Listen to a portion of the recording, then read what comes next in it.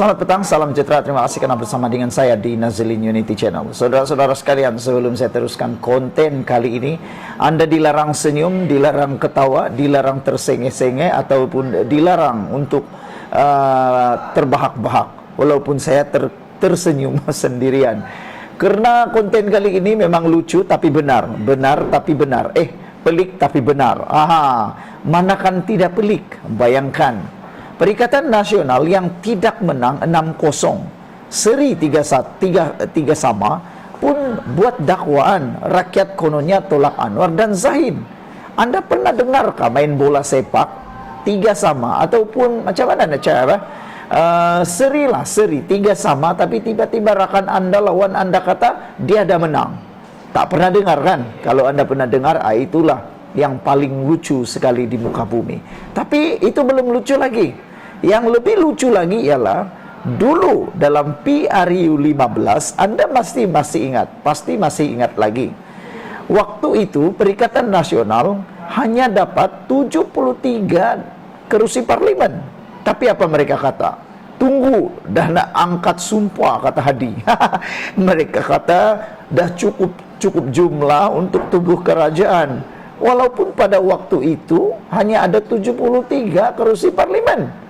Bukankah itu sesuatu yang lucu? Kali ini biasalah, sejarah berulang lagi.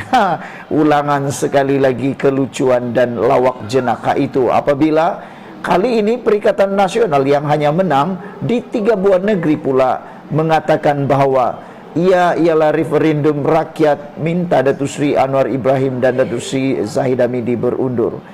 Itulah yang paling lucu. Mereka hanya menang 3 kerusi.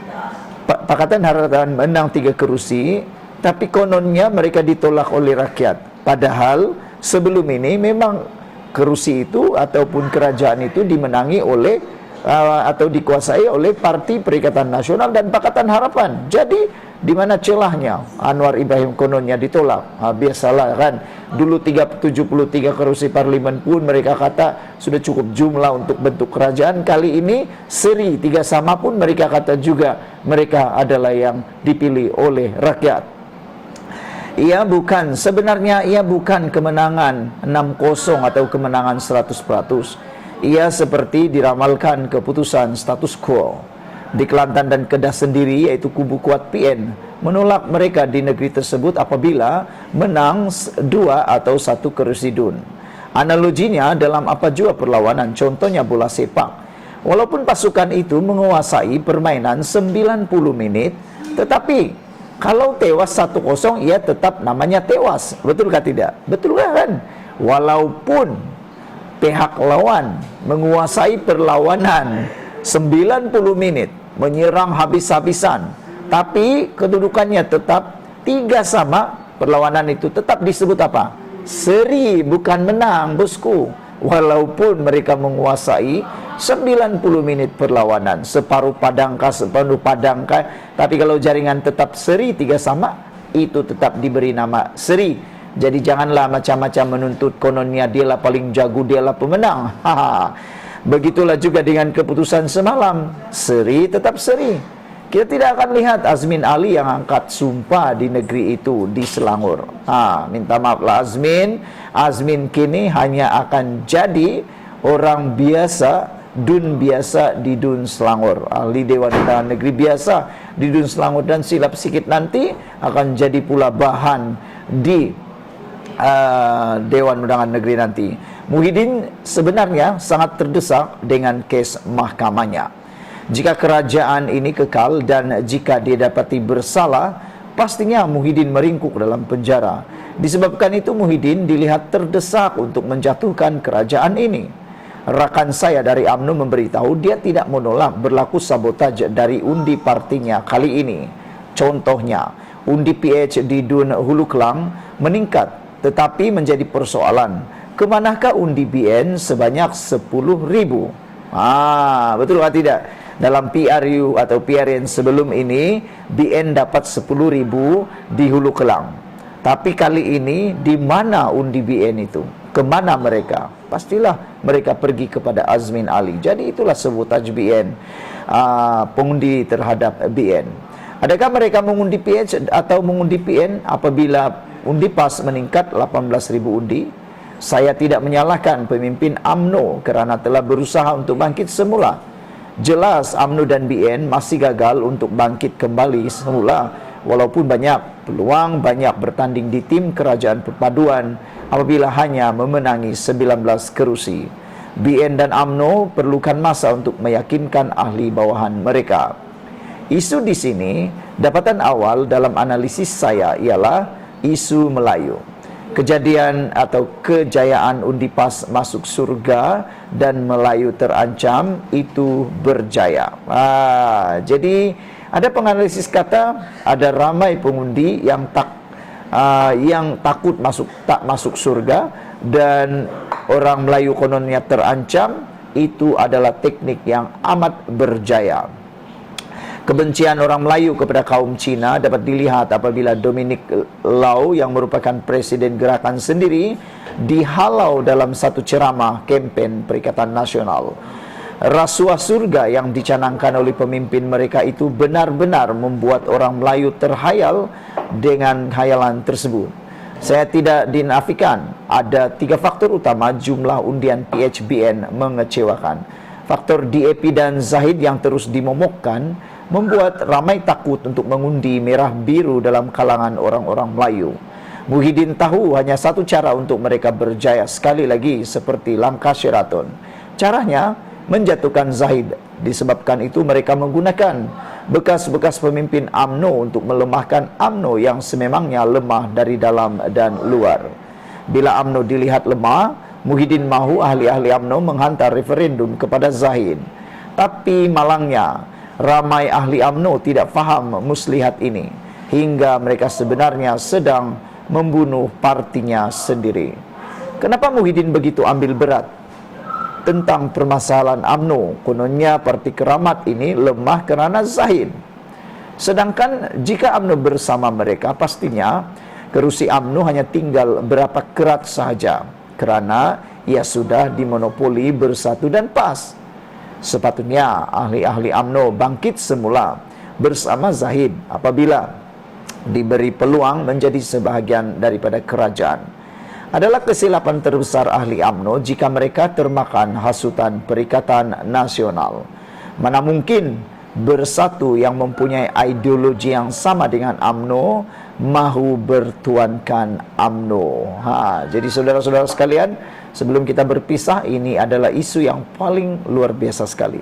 Jangan lupa tinggalkan komen Anda, tekan butang subscribe. Kita jumpa lagi. Bye-bye. Selamat pagi, salam sejahtera. Terima kasih karena bersama dengan saya di Nazilin Unity Channel. Beberapa jam selepas keputusan rasmi, tidak sampai 1 jam selepas keputusan rasmi pilihan raya negeri di 6 buah negeri diumumkan, Muhyiddin tiba-tiba tampil membuat satu keputusan, mengumumkan keputusan yang memang mengejutkan seluruh rakyat Malaysia, yaitu apabila Muhyiddin menyeru supaya Anwar Ibrahim dan Zahid wajar letak jawatan. Inilah yang dikehendaki oleh Muhyiddin, yaitu mengarahkan Anwar dan Zahid letak jawatan. Namun demikian, apakah anda setuju Anwar Ibrahim dan Zahid Hamidi letak jawatan? Tak perlu letak jawatan sebenarnya. Pada pendapat saya, Zahid dan Anwar tidak perlu letak jawatan. Tindakan itu akan menyebabkan negara ini sekali lagi berada dalam gelembung ketidakstabilan. Saya tidak setuju sama sekali jika Anwar Ibrahim dan Zahid Hamidi letak jawatan. Saya tak setuju. Kerana kalau itu berlaku, percayalah negara kita akan masuk sekali lagi di dalam satu gelembung, di dalam satu tempo masa, dalam satu period kejatuhan sekali lagi. Negara kita sudah sekarang ini mengurak langkah kejayaan besar. Malaysia sudah mengumpul pelbagai pelaburan yang luar biasa. Kita sudah mula bangkit semula. Jadi kalau ikut semula saranan Muhyiddin Yassin supaya ada Anwar Ibrahim dan Zahid Hamidi ini letak jawatan, percayalah negara kita akan sekurang-kurangnya sebulan atau 2 bulan akan bergolak dan tidak akan kemana-mana. cantas mencantas, pilih memilih, letak jawatan sini sana, dan pastinya tidak akan membawa apa-apa keuntungan kepada rakyat Malaysia. Saya tidak bersetuju kalau Anwar Ibrahim letak jawatan. Begitu juga dengan Zahid Hamidi. Sekiranya Zahid Hamidi letak jawatan, pasti akan ada plot membawa Barisan Nasional keluar daripada kerajaan perpaduan. Apabila Barisan Nasional keluar daripada kerajaan perpaduan, ini akan mengheret sekali lagi kuasa, perebutan kuasa di peringkat persekutuan atau Putrajaya. Apa yang sebenarnya kita mahukan, saudara-saudara sekalian? Nak pilihan raya lagi walaupun baru 9 bulan pilihan raya? Ataupun kerana kalau Anwar Ibrahim letak jawatan, dia boleh mengarahkan semua kabinet letak jawatan dan secara tidak langsung boleh menyebabkan pengheretan kepada pilihan raya semula. Itukah yang kita mahu? Kalau Anwar itu jahat, dia boleh meminta pilihan raya semula. Tapi itukah yang kita mahu? Saya fikir Anwar Ibrahim tidak akan terfikir untuk letak jawatan. Begitu juga dengan Zahid Hamidi. Biarkan sajalah Muhyiddin Yassin dan geng-geng Perikatan Nasional menuntut Anwar Ibrahim Zahid Hamidi letak jawatan, tapi kita berdoalah Anwar tidak akan letak jawatan. Dan yang terkini, apabila Anwar kata kerajaan pusat akan terus kekal dan kukuh, itu bermaksud Anwar Ibrahim tidak akan melayan permintaan Muhyiddin Yassin untuk letak jawatan, dan dia tidak akan meninggalkan Barisan Nasional walaupun dilihat Barisan Nasional kurang menyumbang dalam kemenangan kali ini. Dan kita dapat rasakan bahwa kerajaan ini tidak akan tergugat sampai 5 tahun lagi. Jadi pada pendapat saya lebih baik Muhyiddin bersama dengan Perikatan Nasional kekalkan momentum mereka itu, kerana sebagai penganalisis politik yang bebas, saya sebenarnya lebih suka ada pembangkang yang kuat di Malaysia. Kerana dengan ada pembangkang yang kuat di Malaysia, maka akan ada proses semak dan imbang yang baik, dan akan adalah proses di mana para pemimpin dalam kerajaan akan bekerja dengan lebih bertungkus lumus, dengan bersungguh-sungguh dan lebih baik dan tekun lagi, kerana ada orang atau ada pembangkang yang kuat menyemak imbang. Saudara-saudara sekalian, alasan Muhyiddin supaya Anwar Ibrahim letak jawatan dan Zahid Hamidi letak jawatan ialah, kata beliau, ada berlaku penolakan besar-besaran pengundi Melayu dan bukan Melayu terhadap gabungan politik kerapu dan perpaduan palsu yang diterajui Anwar Ibrahim, kata beliau. Maka benarlah PRN ini merupakan referendum penolakan rakyat terhadap kerajaan gabungan PHBN, kata Muhyiddin lagi. Anwar dan Zahid yang menerajui kerajaan mesti mengambil tanggung jawab moral dengan meletakkan jawatan sebagai Perdana Menteri dan timbalan Perdana Menteri dengan serta-merta, kata Muhyiddin lagi. Jadi kalau Anwar letak jawatan, Zahid Hamidi letak jawatan, saya nak tanya, siapa yang tukar Anwar Ibrahim? Takkanlah nanti tukar Rafizi tak puas hati lagi. Jadi saya pikir tidaklah logik dan tidaklah layak Muhyiddin Yassin mengarahkan Anwar Ibrahim dan Zahid Hamidi letak jawatan. Apa pendapat Anda semua? Sekian dulu kali ini. Jangan lupa tinggalkan komen Anda, ikuti terus ulasan sepas ini.